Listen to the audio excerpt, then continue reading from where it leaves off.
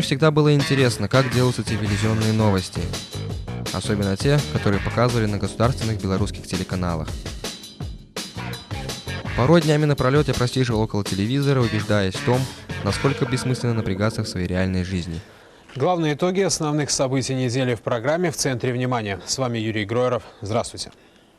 И новости большого спорта. Известный белорусский фристайлист Дмитрий Дощинский стал главным героем. Ведь по телеку нам показывают другую, нормальную реальность, в которой всегда есть место трудовому подвигу, успехам наших спортсменов и шансу выиграть кучу денег. Вот это я понимаю, жизнь.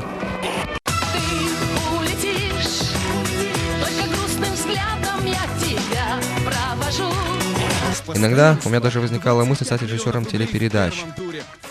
Но это были так, только мечты. Поют не конъюнктурно песню о родной земле, а поют искренне, так же, как это делаем мы. Ведь казалось, что это так сложно, оперативно и правдиво освещать жизнь нашей страны.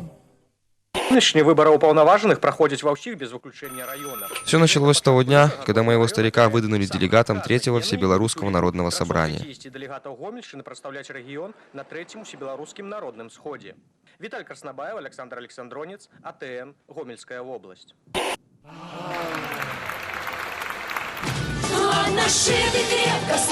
Он плохому не научит. Батька всех построить сможет. Батька всех друг. Мама очень переживала за папу, а папа переживал за Беларусь. И спокоен, только глянет, сразу видно. Кто у нас? Хозяин в доме. На этом самом собрании он, видимо, очень хорошо зарекомендовал себя и свой трудовой коллектив. Ему даже сам президент Республики Беларусь пожал руку.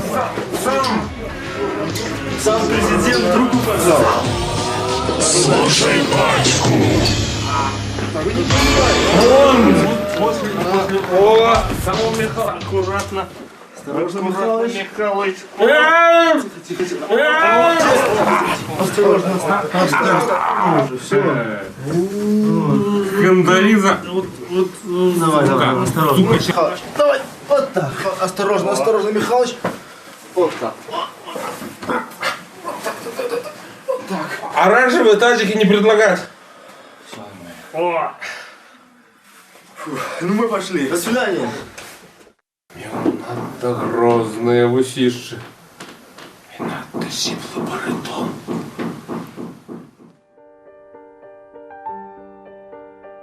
Сначала я думал, что будет все как обычно. Пару дней запоя и все. Но старик как-то все не мог вернуться в нормальное состояние. Русия! Я придумал, я выдумал. Видимо, это рукопожатие произвело на психику старика неизгладимое впечатление. А сам он стал при этом производить неизгладимое впечатление на маму. Я не могу жить с этим чудовищем! Время шло. У моего старика на этой почве начало прогрессировать какое-то психическое расстройство. Доктор сказал, что он вообще-то жить будет, но прописал ему полный покой. Стресс старику был строго противопоказан. Нервный тренд, ничего страшного, но стресс категорически противопоказан.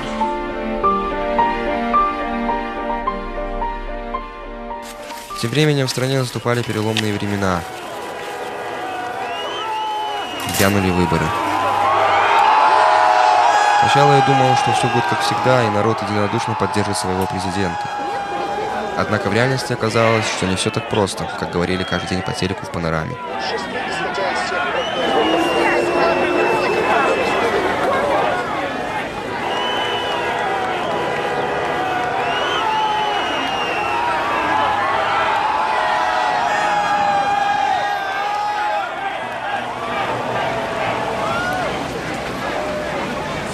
Победа будет за нами! Германия с нами!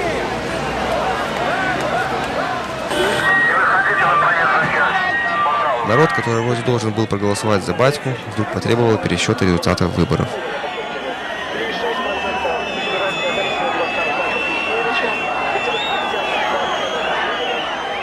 В итоге людям удалось добиться своего.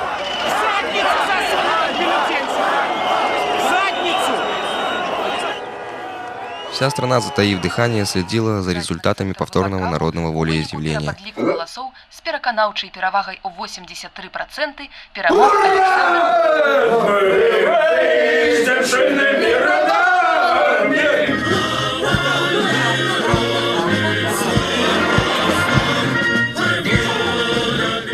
Честно говоря, таких результатов я не ожидал. Я думаю, что я не ждал их, мой бедный старик.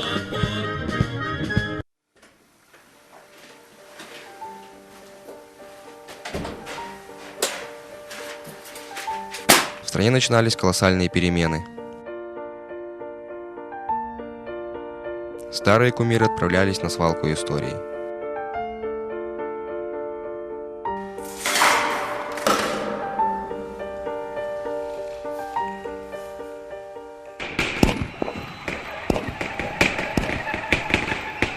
К нам пришел весь букет прелести демократии и свободного рынка. На беларускай фондавай біржы завершыліся таргі па акцыях Менскага трактарнага заводу. Новым уладальнікам кантрольнага пакету сталася карпорацыя Caterpillar, якая тыдзень таму ўжо набыла прадпрыемствы МАЗ, БелАЗ. Кто-то кинулся і наживать швейную себе капитал, фабрику «Олеся». кто-то вынужден был продолжать отстаивать свои права. Менску зноў адбыліся сутычкі паміж рабочымі Менскага трактарнага заводу, што ўжо каторы тыдзень патрабуюць абяцанага прэзідэнтам скасавання кантрактнай сістэмы і сіламі правапарадку. У выніку пацярпела каля 8 супрацоўнікаў менскай паліцыі.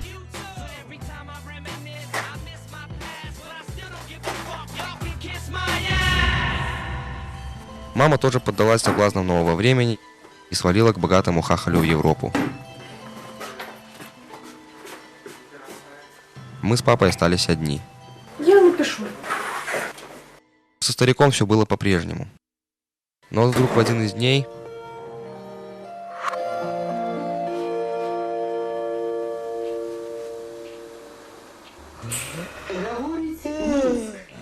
Столица Республики Беларусь.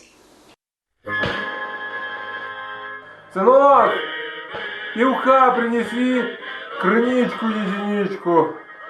теперь мне нужно думать о том, чтобы уберечь его от волнений, а то я рискую остаться полным сиротой.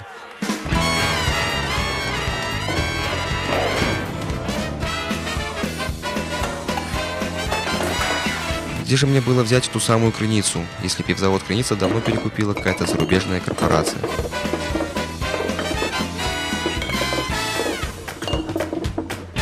Слава богу, что без мамы я себя уборкой не утруждал.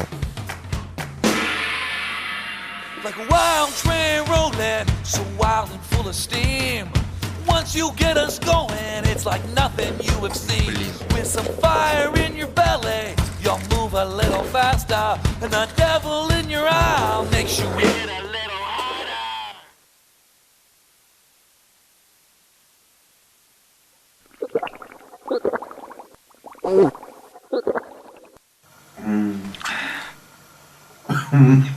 Ну, с каким результатом мы победили? 83%. Маловато. Не доработала вертикаль. Принес бы телевизор. Поглядим, что там в стране делать. Телек? Что будет, когда вместо своего любимого президента старик увидит по ящику это? Пачынаем ранішнюю разрадку на новы працоўны дзень. А цяпер для разминки я вам покажу. Мне чудом удалось раздобыть архивы новостей, которые когда-то крутили по ящику белорусское телевидение. Благо, это барахло не представляло никакой исторической ценности. А мамка где? Ушла? Эх, сука. Так я стал создавать для старика его привычный мир, все дальше удаляющийся от реалий.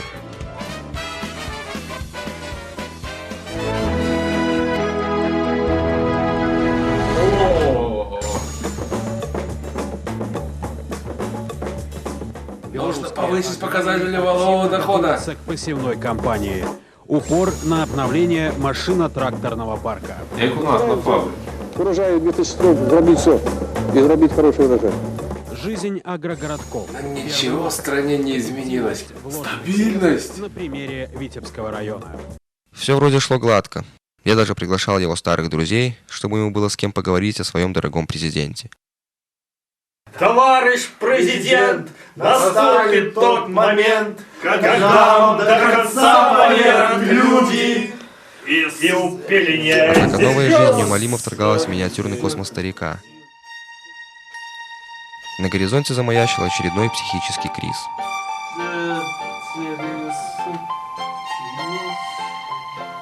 Ай, за Беларусь! А это... Что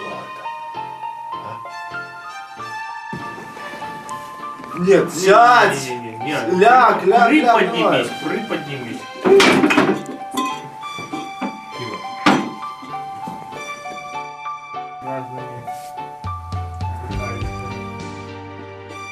Давай.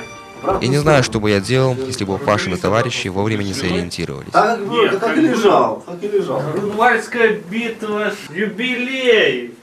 Президент сказал, что надо это... Совместно с губернатором Смоленской области. Да, флаг победы. Флаг победы над натовскими крестоносцами. Такую битву не знаю.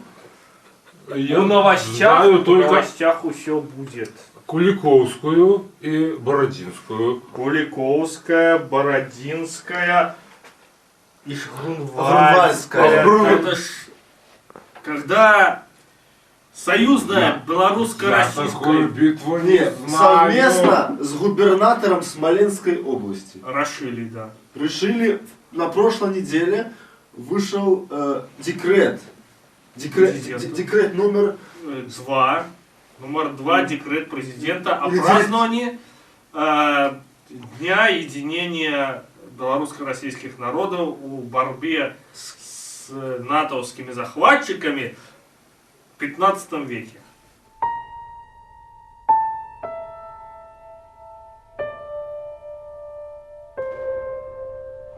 Вот тут эти захватчики, особенно эта черножопая Хандализа. Вы побили их? Ой, разбили, вот смоляне как подошли, как дали, и натовцы давайте за победу! За победу! За победу! За победу! За победу, Михалыч! За победу, родной! Разбили! Михалыч за Беларусь!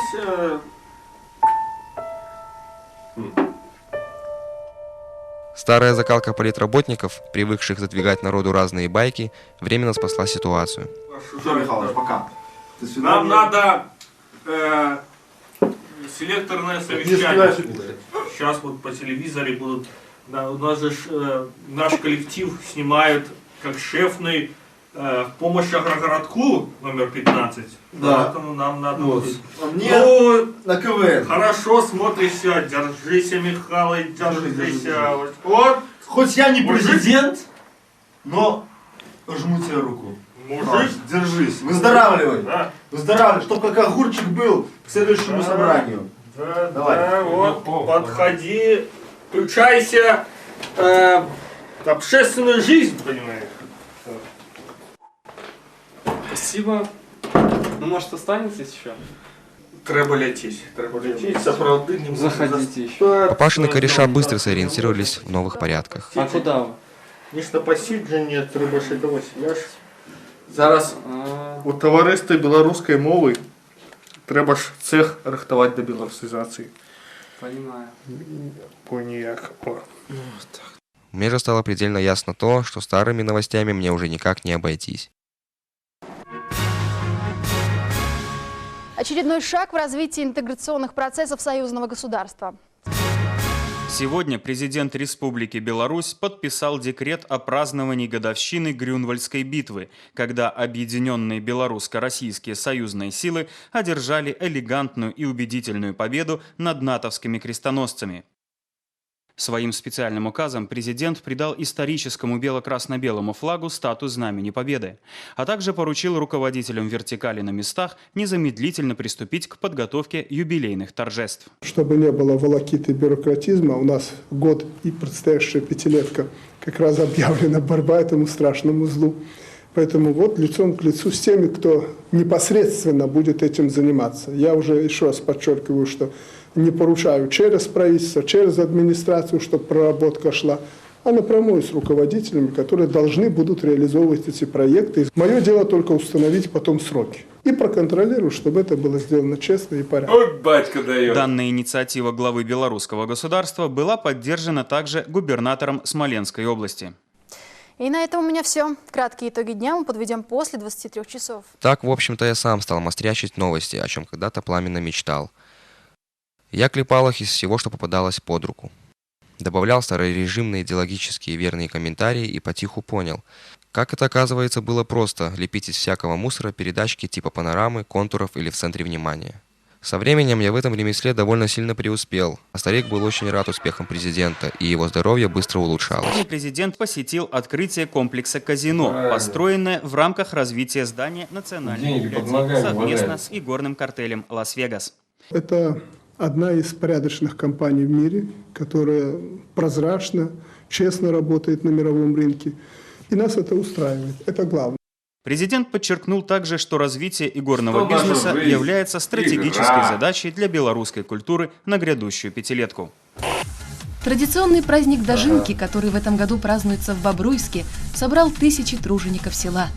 С нескрываемой радостью сельчане отмечают завершение нелегкого уборочного сезона, который ознаменовался наилучшими результатами за последнюю пятилетку. Вот идет колонна передовиков Стародорожского района, который показал в этом году наибольшие результаты по уборке картофеля и рапсовых культур. Вот это бульбовод. Праздник закончился традиционными народными гуляниями. Перед сельчанами выступили также самодеятельные танцевальные коллективы агрогородка номер 15. Нашинский боец пока лидирует в счете. Трибуны столичного дворца спорта напряжены до предела. Кто же станет обладателем Кубка президента по боям без правил? Все присутствующие, конечно же, болеют за Александра Вусла. Давай. Ну, пошел. Вот Александр готовится нанести решающий удар бойцу из Витебска. Удар! Ах, какая неудача! Виталий ставит свой коронный ногой в живот и сбивает Александра с ног. Ай-яй-яй! Вы видите, как витеблянин грубо нарушает правила. Победил! Посмотрите, что творится на трибунах. Интрига, до последнего момента державшая в напряжении участников славянского базара, в конце концов разрешилась. Однако признанным победителем стала группа «Агродес» со своей оригинальной аранжировкой песни «Слушай танцпол», которым жюри единодушно отдало свои симпатии. Именно они будут представлять страну на грядущем конкурсе Евровидения, который в этом году будет проходить в Минске. Однако то, что должно было неизбежно произойти, в один прекрасный момент случилось. Давай работай, ну. Вспоминай. Жди меня, ты малая, жди меня, ведь это ж по твоей вине.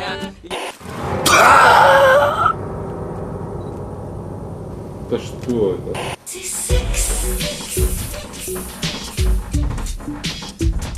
Что там в стране делается? Этому надо положить конец.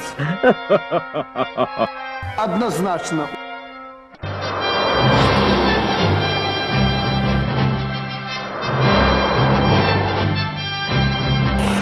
Мать его, ёб.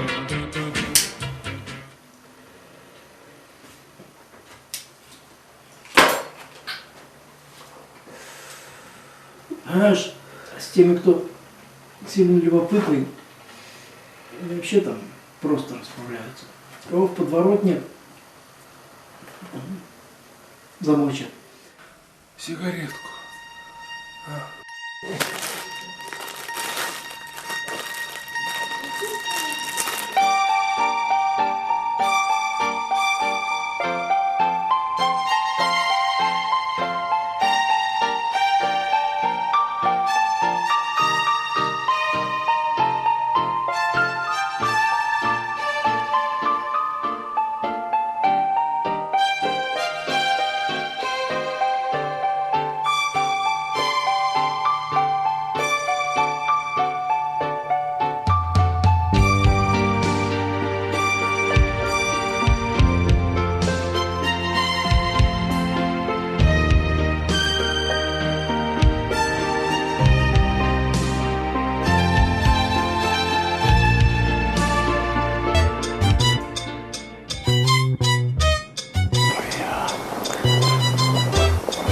Граф был замдиректором по идеологии.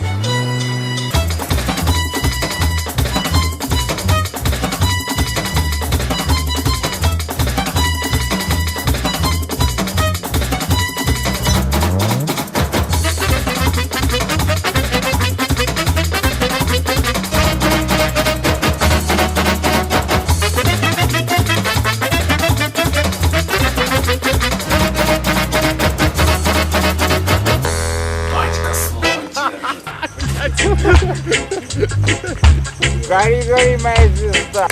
О, вот нормально здесь?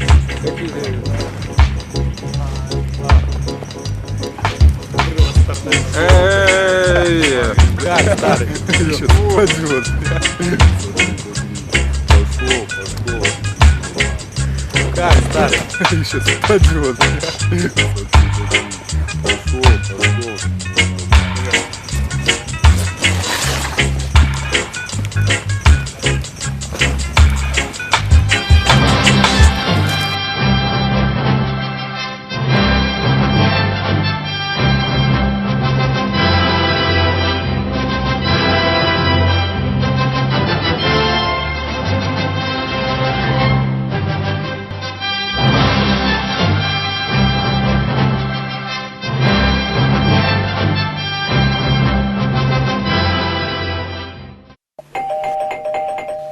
Пап, лежи.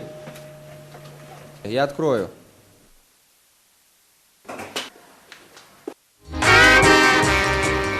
Психика папы не выдержала такого потрясения. Он увидел жизнь такой, какая она есть.